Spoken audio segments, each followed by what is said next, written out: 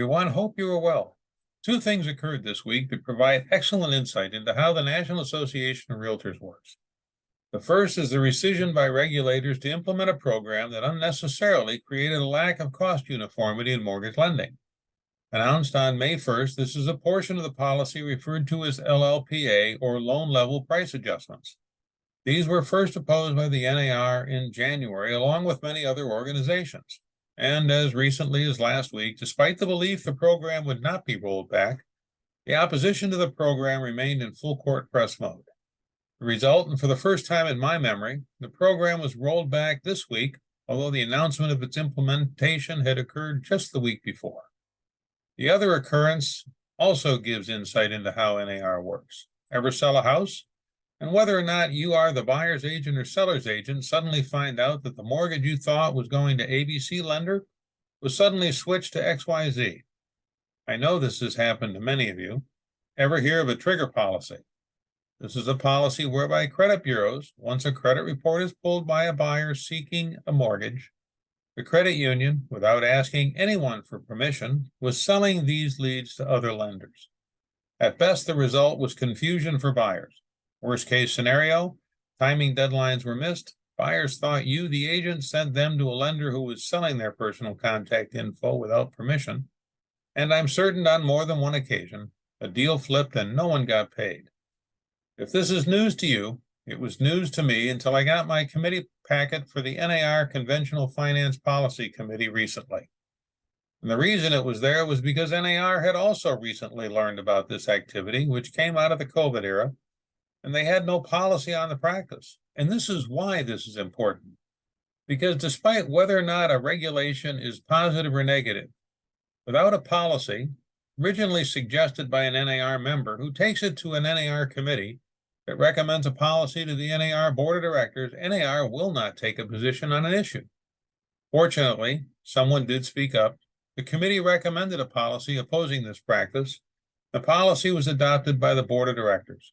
With this having occurred, NAR can now proceed on an issue that if someone had not spoken up, might have continued for years. Market conditions. Midway through the month of May, the market continues with current interest rates becoming normalized to consumers, and we continue to be plagued by low inventory. This has led me to consider that many buyers may need to take a second look at properties on which they may have already passed, because well-priced listings coming on the market are seeing multiple offers, appraisal guarantees, and inspection waivers. So if you're allowing them to rely on new listings to satisfy their need, you're likely leading them down a path of failure. Instead, start showing them homes that they may not have wanted to see, but still meet their basic needs, or perhaps require some elbow grease. However, if you've gotten in the habit of showing buyers one house at a time, this too can be a process doomed to failure. With that in mind, I invite you to consider that most everyone making a buying decision is a comparison shopper. So give them a comparison. But when you do, know that two houses does not provide a comparison. And if houses get progressively better, they'll think the next one you show them will be better than the last one they saw, even if you know this is not likely. By the way, if you were fortunate enough to have an old-timer in your office, ask them how they used to successfully employ the practice of comparison shopping. Events. With the weather having improved, I suspect many are looking forward to Memorial Day weekend. Happy Hour June 1st is at the Twisted Rooster on Marketplace, roughly I-94 and Hall Road in Chesterfield. June 6th is Capitol Day in Lansing. The 8th is our Habitat for Humanity project in East Point. Roundtable is the 9th at Nino Salvaggio's. June 12th is the home inspection class. June 14th is the association breakfast and membership meeting at the Italian American Cultural Center. Join us May 15th for coffee at Coriander's Children's Bookshop on Kercheval in Grosse Pointe. The NAR Bias Override class is June the 20th.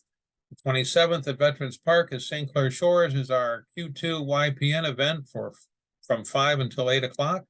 This is the first of its kind event with outdoor games and refreshments. Come on your own or bring along others who are important to you.